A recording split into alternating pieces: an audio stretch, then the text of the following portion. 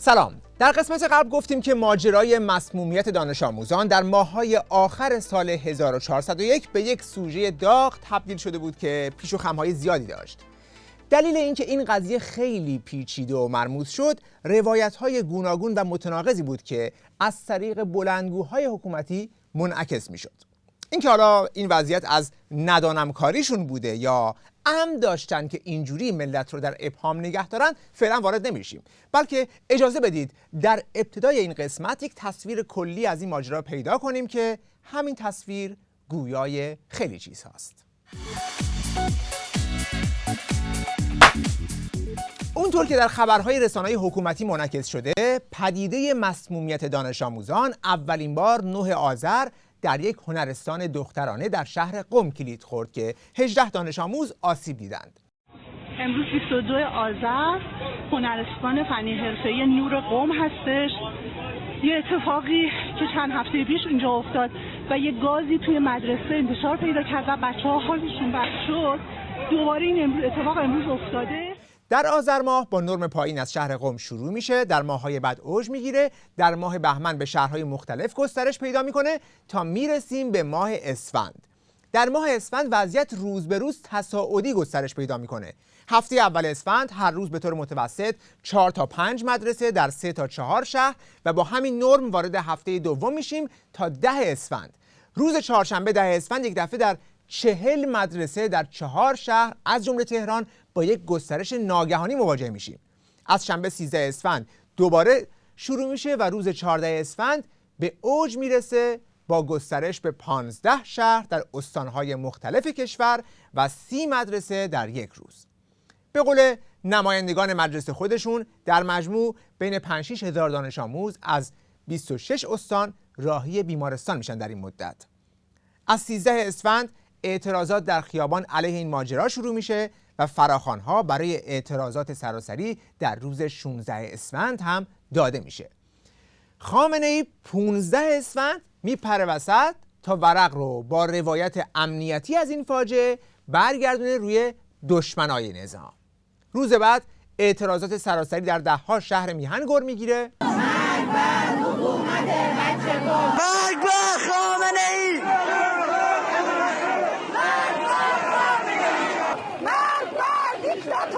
حکومت بچگان نمیخواد. بعد از اینکه اعتراضات گر گرفت، یک دفعه شاهد هستیم که از یک طرف پدیده مسمومیت دانش آموزان افت میکنه و تقریبا تموم میشه و از طرف دیگه هم لحن مقام‌ها و ارگان‌های حکومتی هم نسبت به این ماجرا تغییر میکنه و همه فاز دشمن میگیرن، در حالی که تا 3 روز قبلش تو نماز جمعه ها خطشون این بود که نظام رو در ببرن و بگن که این حادثه اتفاقی و طبیعی بوده. Bu günləri Cəngihay Rəvani bu günlər İranda gedib lap ucuna çatıb, zirvəyə çatıb.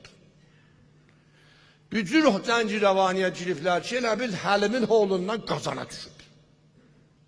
Özü hadisə düzəldik. Ya bir dənə hadisə təbiini götürək, nizamın hesabına yazək. Həmləni başlayıq, vəhşətnak siyahnəmanə də başlayıq. Mən qatiyyətlə deyəm, bu uşaqların məsmumiyyətində iynə ücicə ehtimal yoxdur ki, nizam bu işdə dəxalət eləyər. میبینید اینجا که نماز جمعه 12 اسفنده هنوز هیچ صحبتی از این که کار دشمنه نمی کنند. اما 3 روز بعد که اعتراضات شروع به گسترش میکنند، بلافاصله خامنه‌ای از ترسش وارد میشه و مقصر رو دشمن اعلام میکنه که پشت سر اون هم مقامات بالای نظام وارد میشن و همین سناریو رو باد میزنن. در ارتباط با این توطئه جدید دشمن که عبارت است از ایجاد دلهره در دل دانش آموزان و دل بچه‌ها و دل والدین بچه‌ها، این یک جنایت علیه بشریته. بله، یه شبه روایت نظام از این ماجرا از یک شیطنت کودکانه تبدیل شد به جنایت علیه بشریت. اژه‌ای هم مشابه همین صحبت‌ها رو میکنه که آره، هر کسی که این مسئولیت‌ها رو انجام داده مفسد فی الارض و ما میگیریم و میزنیم و اینا. بعدش دیگه یه تعدادی رو دستگیر میکنن و آروم قضیه رو هل میدن سمت مجاهدین. بیش از 100 نفر از عوامل مؤثر در حوادث اخیر مدارس شناسایی، دستگیر و مورد تحقیق قرار گرفتند. تحقیقات از این افراد از جمله کشف ارتباط احتمالی آنان با سازمان تروریستی منافقین همچنان ادامه دارد. تو صحبت‌های اینور اونور هم هی اسم مجاهدین رو در رابطه با این ماجرا سر میدن. امضای اسرائیل چی از این مسئولیت سود میبره؟ چه خیری این برای مثلا جمهوری اسلامی داره؟ چرا اونوریا اینقدر نامه اینا تعطیلی مراکز آموزشی بود؟ موفق نشدن موج دوم درست کردن. این کارها امضای انگلیس و عاملیت مجاهدین خلق، اونا این کارن. شیطون بعد از دیدن این صحنه یه پسگردنی به فرزندش زد و گفت یاد بگیر خنگ خدا. خودشون پروژه رو راه میندازن که ملت رو تو رعب و وحشت فرو ببرن. وقتی نمیگیره و ملت میان توی خیابون، سریع سر و ته میکنن و فاز مظلومیت میگیرن و میندازن گردن دشمنای نظام. خب این سناریو یه مقدار تکراری و آشنا به نظر میرسه. از گذشته‌های دور ثبت هست در تاریخ که نظام یک جنایتی رو انجام میداده، بعد به طور خاص از رأس نظام پرقدرت وارد میشد و میگفت کار دشمنای نظام، مثلا مجاهدینه، ولی آخرش معلوم میشد که کار خودشونه. این یک تحلیل یا اتهام نیست، بارها نمونش رو دیدیم. میریم تابستان سال 66 در مکه. اجتماع عظیم راه پیمایان از بعثه شماره 2 در جهت مقابل مسجد الحرام. اون موقع خمینی میخواست از مراسم حج برای پیشبرد اهداف صدور انقلابش یا همون ارتجاعش استفاده کنه. در سال 65 یک سال قبل از اون ماجرای ارسال مواد منفجره به عربستان از طریق جاسازی در چمدون زوار رو پیش آورد که قضیه لو رفت، آبروریزی برای نظام به بار آورد. ولی با این حال سال بعد سال 66 خمینی میخواست از مراسم حج سوء استفاده تبلیغاتی بکنه که اونجا عکس بردن و شعارهای سیاسی مرگ بر این و اون دادن و در روز 9 مرداد 66 درگیری ایجاد کردند که قضیه به یک فاجعه با کشته شدن چند صد نفر تبدیل شد. رژیم به لحاظ بین‌المللی زیر فشار رفت. در داخل کشور اما خمینی حمله کرد به سفارت عربستان و مظلوم نمایی کرد. برای اینکه خودش رو از این افتضاح که بانیش بود در ببره، یک دفعه توی رسانه‌هاش مجاهدین رو مقصر این ماجرا اعلام کرد. نگاه کنید، کیهان 13 مرداد 66 ما همدستی مجاهدین در فاجعه مکه رو می‌بینیم. یا هنوز هم توی رسانه‌هاشون این دروغ رو منتشر می‌کنن. اینجا نقش مجاهدین در کشتار خونین مکه در سال 66، خبرگزاری نیروی تروریستی قدس معروف به تصنیف. بعد هم نوشته که خامنه‌ای رئیس جمهور وقت در سخنرانی خود در مرداد 66 به نقش مجاهدین در جمعه خونین مکه اشاره کرد و گفت ما به احتمال زیاد حدس میزنیم مجاهدین در این جنایت دست داشتند. این قضیه مفصله و من توصیه میکنم اگه کسی میخواد بیشتر بدونه بره به سایت ایران افشاگر سر بزنه که خیلی ریز با جزئیات مستندات این قضیه اونجا جمع آوری شده. ما اینجا فقط به کجاش کار داریم؟ اینکه در سال 65 و 66 خمینی تلاش‌هایی برای ایجاد بلوا در مکه کرد، یه بار بمب فرستاد، یه بار آشوب و درگیری ایجاد کرد و وقتی کار خراب شد و 400 نفر کشته شدند و رسوایی به بار اومد، این مسئله رو انداخت گردن مجاهدین و شخص خامنه‌ای خودش برای پیشبرد این پروژه به صحنه اومد. 15 سال 20 سال بعد اما در میان جنگ و دعوای باندهای حکومتی رو شد که اصل ماجرا چیز دیگه‌ای بوده و بله، کار خودشون بوده. آقای منتظری در کتاب خاطراتش یک نامه منتشر میکنه از همون سالها که در اون نوشته سپاه در وقت حج یک کار غلط ناروا انجام میدهد. از ساک‌های حدود 100 نفر حجاج پیرمرد و پیرزن بدون اطلاع آنها سوء استفاده می‌کند به نحوی که در عربستان در وقت حج آبروی ایران و انقلاب رو بردند. سال 84 آخوند کروبی که در دهه 60 نماینده خمینی در همین مناسک حج بود، در روزنامه شرق تایید میکنه که نهادی در ایران در ساک‌های حاجیان مواد منفجره جایگزین کردند که ما الان میدونیم این نهاد سپاه بوده. 23 سال بعد در جریان مناظرهای انتخاباتی احمدی نژاد به صورت سربسته به این موضوع اشاره میکنه. آقای موسوی در همین عربستان، من نمیخوام بگم در دوره جناب آقای موسوی، از گذرنامه و فرودگاه ایشون چی بردن اونجا و دستگیر شد و چه بساطی علیه کشور را افتاد. اما همین مقدار میگم که رابطه ما با اونها قطع شد. در مناظره با کروبی هم به این موضوع اشاره شد و کروبی اونجا به بخشی از ماجرا اعتراف کرد. آقای کروبی، جناب عالی در سال 65 رئیس حج بودید.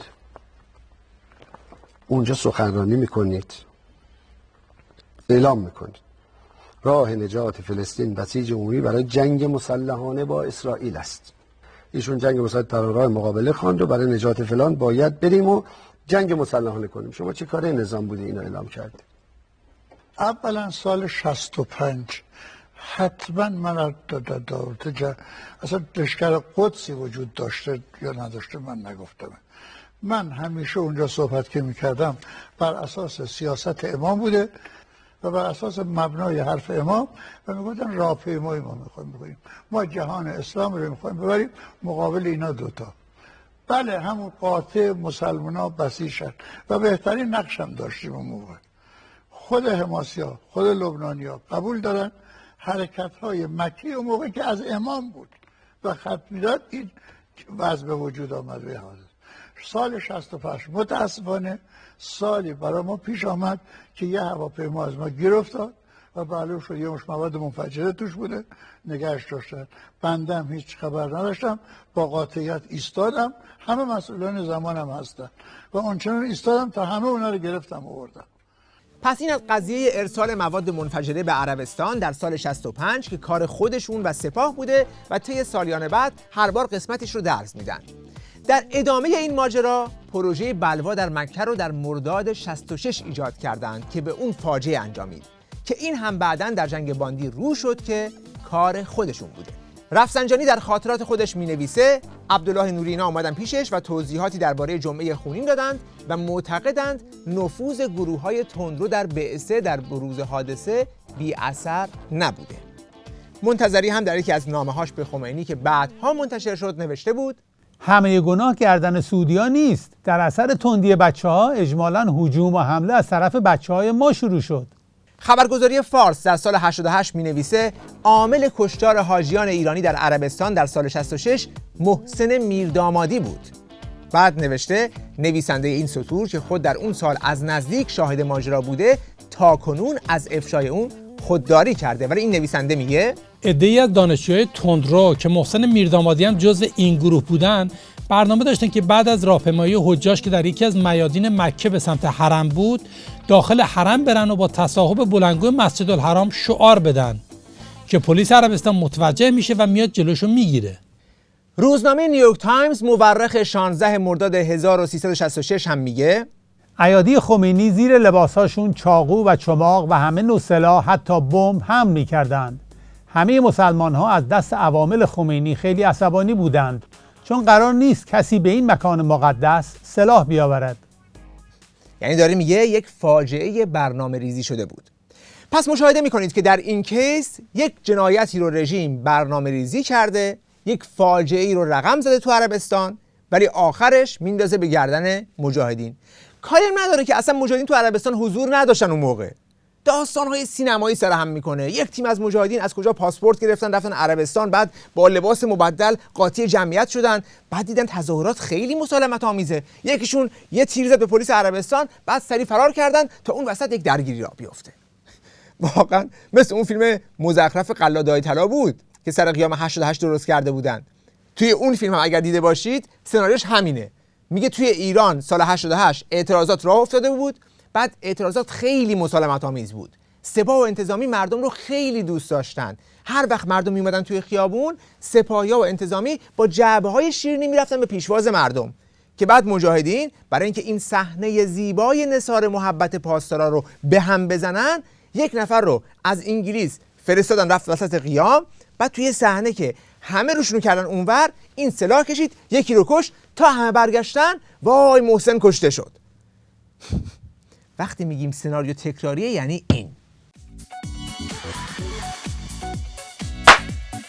میریم یه نمونه دیگه. سال 73 30 خرداد ماه وزارت اطلاعات رژیم یه بمب منفجر میکنه تو حرم امام رضا درست در روز عاشورا که 26 نفر کشته و بیش از 300 نفر زخمی شدند. ولی همون روز بلافاصله باز خود خامنه‌ای به صحنه میاد، طبق سناریو میگه منافقین کوردل نشان دادند که هیچ حرمتی برای اهل بیت قائل نیستند. بعد دیگه همه رسانه‌های رژیم میگن دیگه جنایت هولناک منافقین. صحنه سازی ها مفصل این بار. قبلا یه برنامه براش رفتیم. یه تماس تلفنی ساختگی جور میکنن، از 2 زندانی اعتراف اجباری میگیرن و آخرش هم با صحنه سازی هر دو رو میکشن که به غربی ها بگن مجاهدین این جنایت رو انجام دادند. حالا چرا؟ چون اون سال تابستان 73 دور جدید فعالیت‌های خانم رجوی در خارج از کشور شروع شده بود. رژیم می‌خواست با صحنه‌سازی این جنایت کشورهای اروپایی رو زیر فشار بذاره که جلوی این فعالیت‌ها رو بگیرن. باز دقت کنید که در این ماجرا هم کسی که پروژه رو پیش میبره خود خامنه‌ایه. ولی در این مورد هم سالها بعد شاهد بودیم که عناصری از درون همین رژیم مثل عمادالدین باقی از مهره‌های پیشین سپاه کتاب نوشتند که انفجار در حرم امام رضا هم کار وزارت اطلاعات بود. اکبر گنجی هم در یک مصاحبه با روزنامه آریا در سال 78 گفت تاریخخانه اشباحی وجود دارد که به توطئه مشغولند که انفجار مشهد یکی از اقدامات آنان است. حادثه وحشتناک انفجار حرم امام رضا پیش آمد که آن را به گردن مجاهدین انداختند. تاجزاده هم سالها بعد در یک مناظره به صورت خیلی سربسته به این جنایت و به این نحوه سناریو سازی اشاره کرد. قتل زنجیره آیه زاکانی کی ایستاد که باید افشا بشه و کی مخالفش بود گفت سکوت بکنید بذارید که داستان یه جوری دیگه حلش کنیم؟ با آقای خاتمی پیشنهاد آوردن، سناریو پیشنهاد کردن، عین سناریو مشهد که 2 منافق پیدا میکنیم میاریم میگیم اینا بودن، اصلا اعتراف گیریه که بلدن ما بودیم به هوای این داستان اونا رو اعدام میکنیم که اونها بودن، ولی قول میدیم که دیگه این اتفاق نیفته و وزارت اطلاعات پاک بشه. پس این هم یک نمونه دیگه از فرافکنی جنایت رژیم به مجاهدین. بریم بعدی.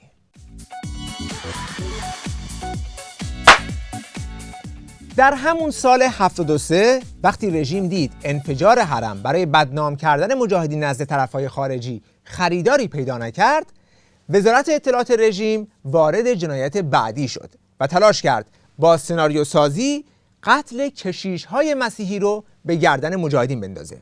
البته در این جنایت رژیم میخواست هم کشیش‌های مترقی مخالف خودش رو حذف کنه و همزمان هم مجاهدین رو بدنام کنه.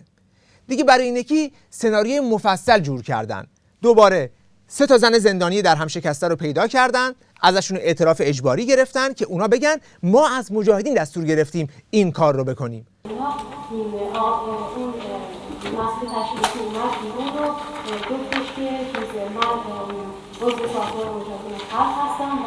روز 12 روز 13 تیر ماه بود که مسئول تشکیلاتی همین که اومد خونه من گفت که فرح باید از کشور خارج بشه، اونم به خاطر اینکه جریان کشیش میکائیلیان رو رفته و صاحبخانه خودش گزارش کرده. کلی هم روش تبلیغات کردن، دادگاه‌های تلویزیونی، مصاحبه با رسانه‌های خارجی تا این دروغ رو جا بندازن. نتیجه چی شد؟ دوباره بعد از چند سال یکی از درون رژیم پیدا شد که در جنگ باندی واقعیت ماجرا رو افشا کرد. در سال 73 3 نفر از همین هوادارانی که آزاد بودند و محکومیتی هم نداشتند و در زندان هم نبودند و همکاری هم میکردند با وزارت اطلاعات. خب همه میدونید اون 3 دختری که مریم شهباز بود و طول وافری و فرهناز انامی، این 3 دختر همکاری میکردند. سال 72 اواخر 72 میبینیم که اسقف جماعت ربانی، کلیسای جماعت ربانی آقای موسیقیان ترور میشه و 6 ماه بعد 2 نفر، یکی رئیس شورای کشیشان پروتستان و بعد کشیش مهدی دیباج، این 2 تا هم به فاصله خیلی کوتاه چند روزه به طرز بسیار فجیعی کشته میشن، یکی با گلوله یکی با چاقو. و بعد در خانه‌ای که مصاحبه میشه این 3 دختر میاد به عنوان وابسته گروهک مجاهدین خلق مصاحبه میکنن که ما طراحی رو کردیم و آقای علی ربیعی ایشون تعریف میکرد در خانه خودش، میگفتش که بعد از اینکه این دختران رو که اینها رو در واقع تهمه کرده بودن، از اونا خواسته بودن همکاری کنید، ببینید آیا این کشیش ها هنوز تبشیر میکنند، هنوز به مسیحیت دعوت میکنن یا نه.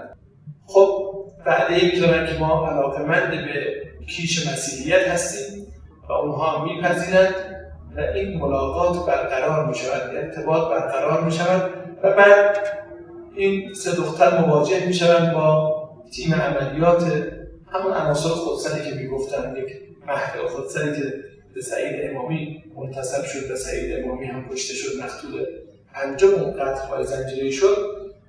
میبینن که خب مقابل چشم اینها آمدن و دو کشیش رو کشتن با چاقو و گلوله و در فریزر قرار دادن.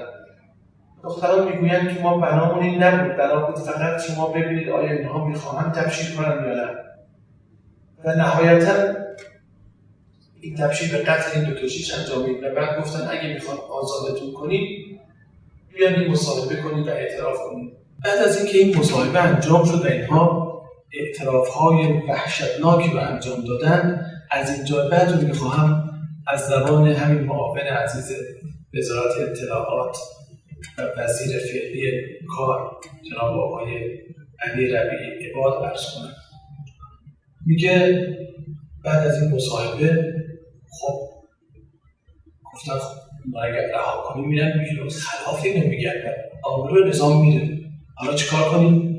گفتم پس اینا رو اعدام کنیم.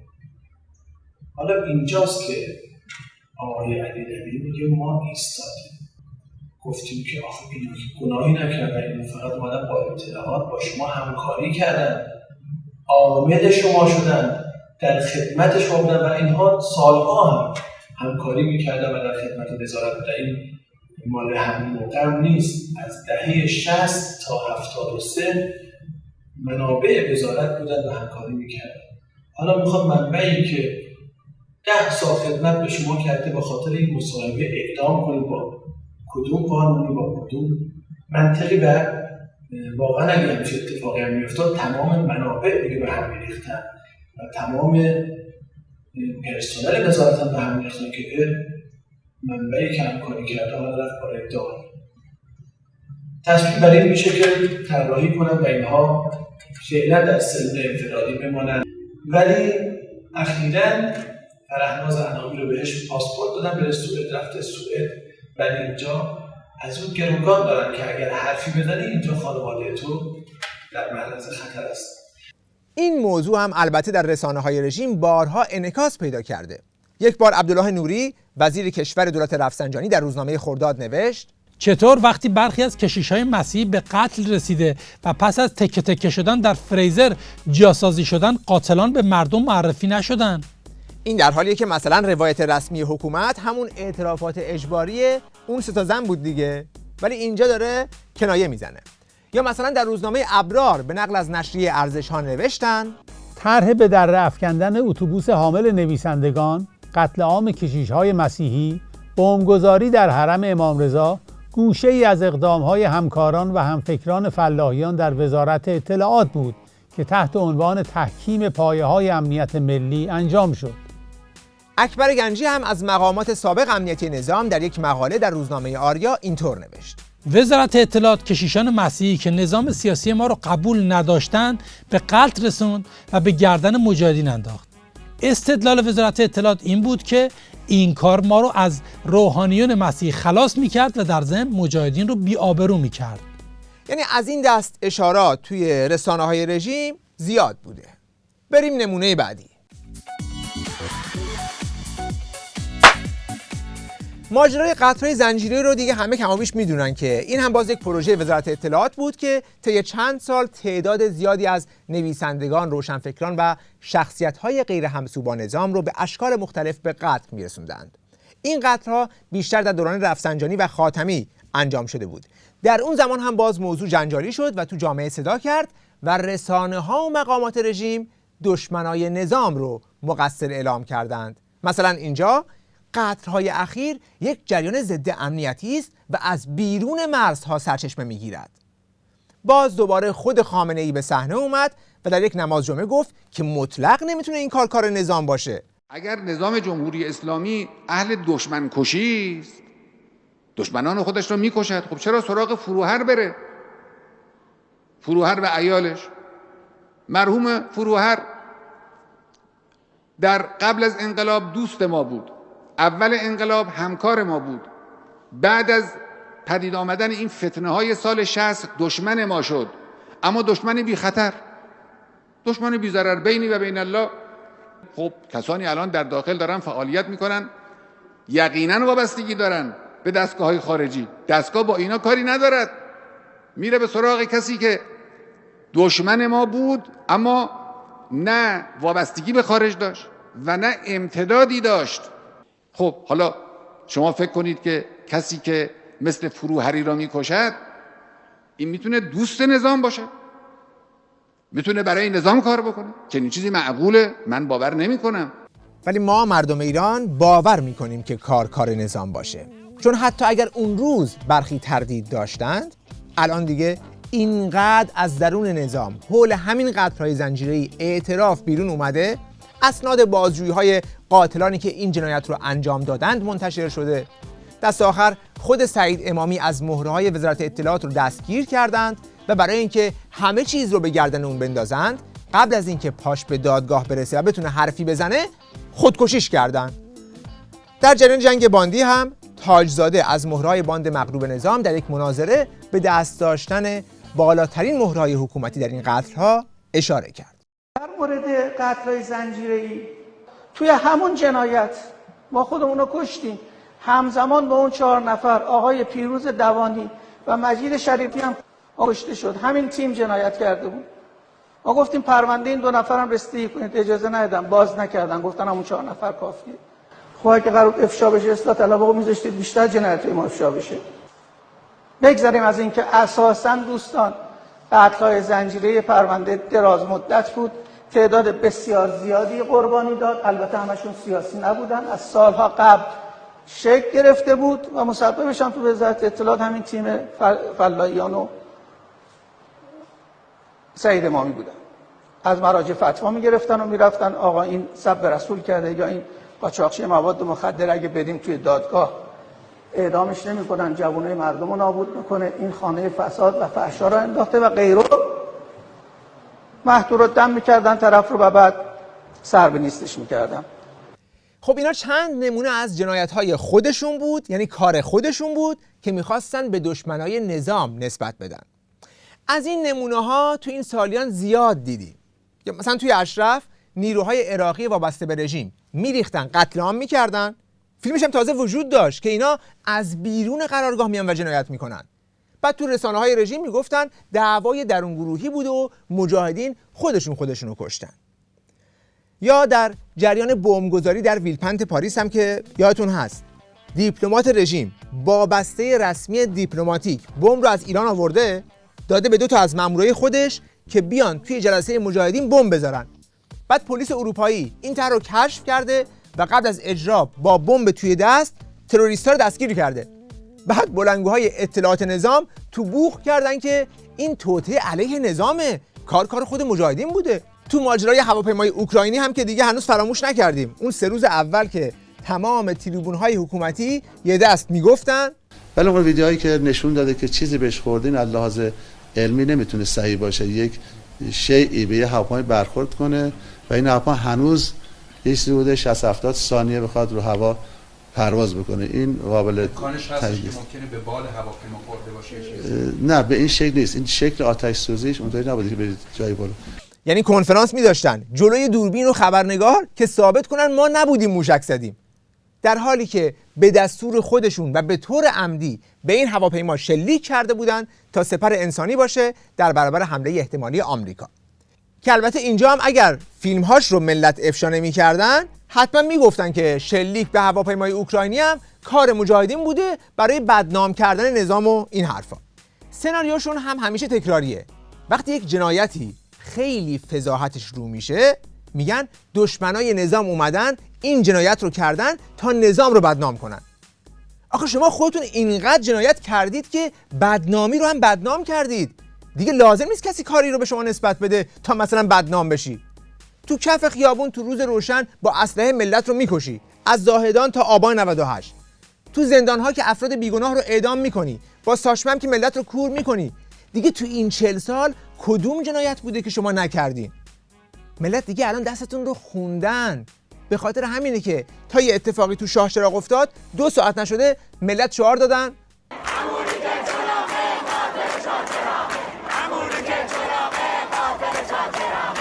این دفعه هم بعد از داستان مسمومیت هر چند که تلاش کردن این قضیه رو هم به دشمنای نظام و مجاهدین نسبت بدن ولی نگرفت، تا جایی که یکی از نمایندگان مجلسشون گفت فعلا سرنخ دقیق و درستی در نیامده است و من در تمام جلسات حضور داشتم. اینکه مشخص شده باشد که کار سازمان مجاهدین یا جای دیگر است صحت ندارد. تا الان نیروهای امنیتی اعلام کردند که رد پای عوامل خارجی پیدا نشده.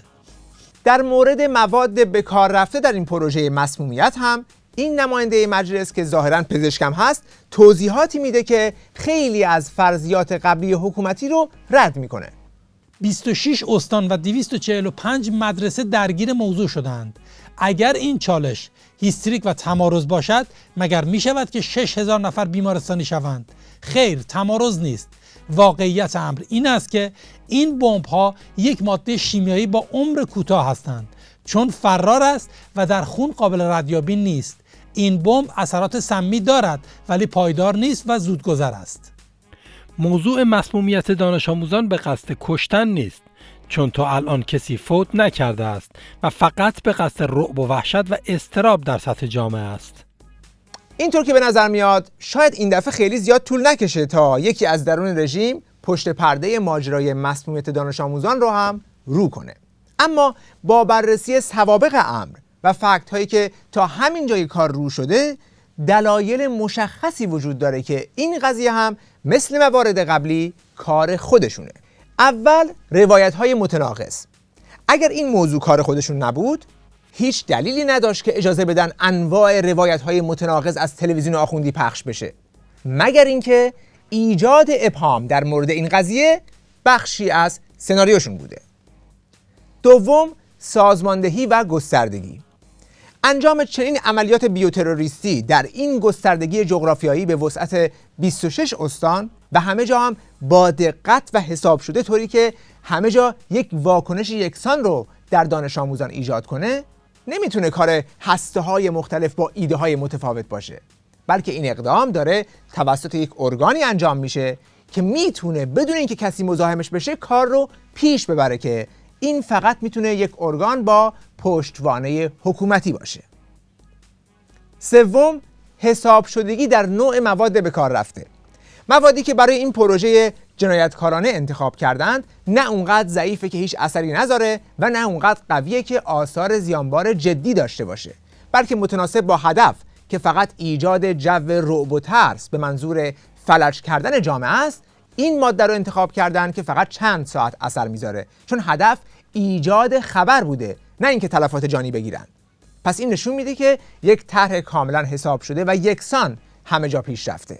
و چهارم، مهمترین نکته، اگر سیر وقایع مربوط به این داستان مسمومیت رو پیگیری کنیم، میبینیم که از یک مدرسه در یک شهر در 9 آذر با افت و خیز یک روند رو به گسترش داشته تا روز 14 اسفند در 15 شهر و بیش از 30 مدرسه.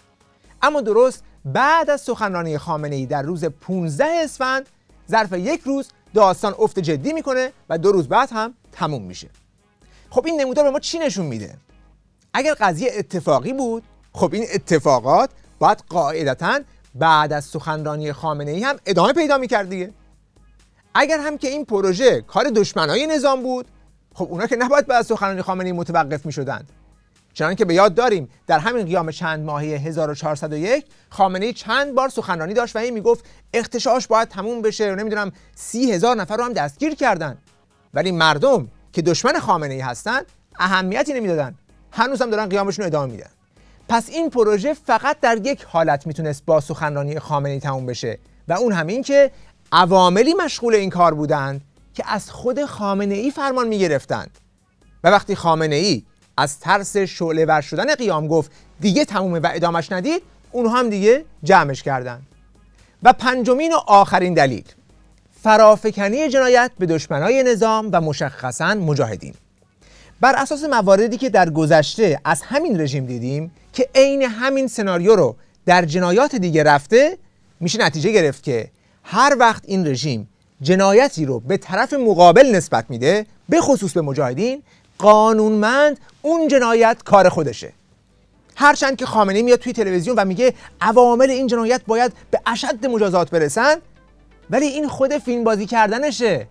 این قبلا هم این فیلم بازی کرده، طرف این کاره است، سناریو همینه، خودش جنایت رو سازمان میده، بعد خودش هم میگه باید عواملش مجازات بشن تا رد خودش رو پاک کنه.